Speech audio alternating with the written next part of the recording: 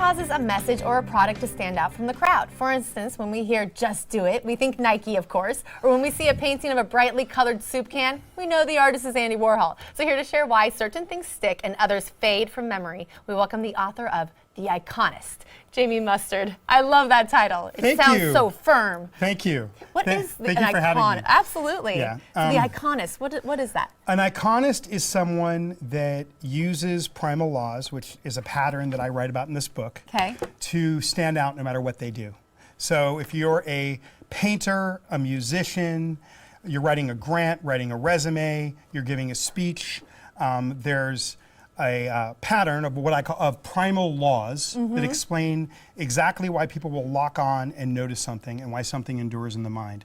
So if you understand those laws, you can move your work 3 inches to the left and get attention, which has become an increasingly hard thing to do in our time of digital overload. Right, I mean, because we're getting messages from everywhere and people are good at it, it seems, and you think to yourself, that they really stand out, they're doing something right. But I love how you brought that back, because we're not just talking about being Nike, right? Or being a big business. This is for individuals as well.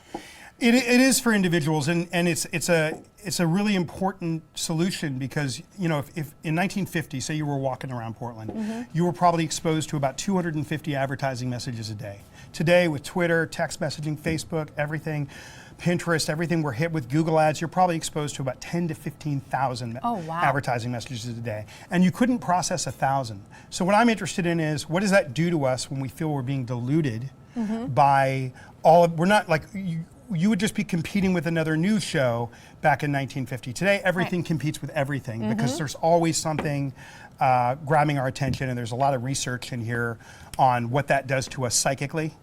And then the book is a solution for that. Yeah, let's talk about those laws that you break down. So first, though, the dilution effect, how that's influencing everything.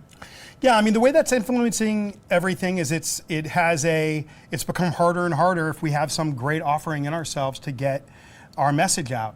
And then that affects us, as I said, psychically. So where most people, when they talk about telephones and the internet and the internet and mobile and all the different apps and all the different things coming at us, what they normally talk about is how they're distracted. I kind of approach it from a different point of view. I say, if everyone else is distracted, how does that make you feel? And does that mean they have time? Scarcity of attention is the defining social and business challenge of our time, and that's what this book works to overcome. Because I feel like we're a world of attention seekers right now. We are, and I think it's because we're not able to get it. Because, I mean, there's research that shows that even by having your phone in front of you, it makes you dumber. There was a woman in 1998 named I'm looking around for my phone. I know. Just by having it in front of you, that level of distraction reduces your IQ. There was a woman in 1998 named Linda Stone who was doing research for Microsoft and Apple, and she coined the term continuous partial attention. And that was before the internet had gotten into full steam. So back in 98, we were paying continuous partial attention. So again, what I'm concerned with is there's all this incredible stuff in the world that needs to find, whether it's a piece of music or it's art, or you need to get a job, or your resume, you want a grant proposal, or you want to motivate your troops you want to motivate your employees, or you want to get buy-in from your boss.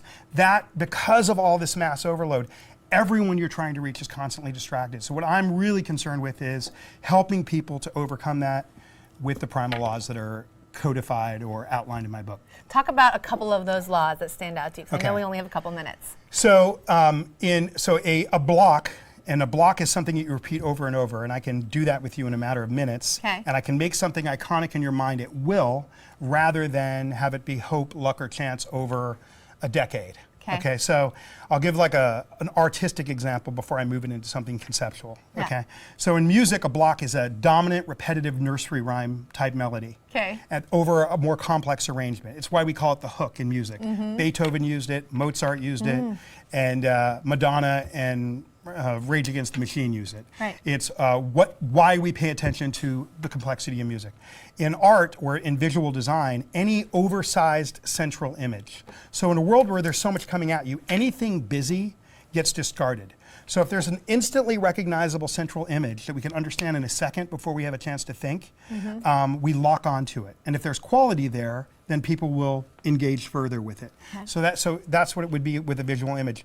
In speech or something that's conceptual, and you could always also apply this to, say, a grant, or and I've done this for resumes. I coach artists, CEOs, every type of person you can imagine. Yeah. So let me give you a speech example. Like if you take the speech "I Have a Dream" by Martin Luther King, Right. that speech is about 1,650 words, give or take. He repeats the word "I have a dream" or "let freedom ring" approximately every 85 words. And it's that repetition of that word that brings you into the sentiment of the speech, makes you lock onto it, stay with it, and endure.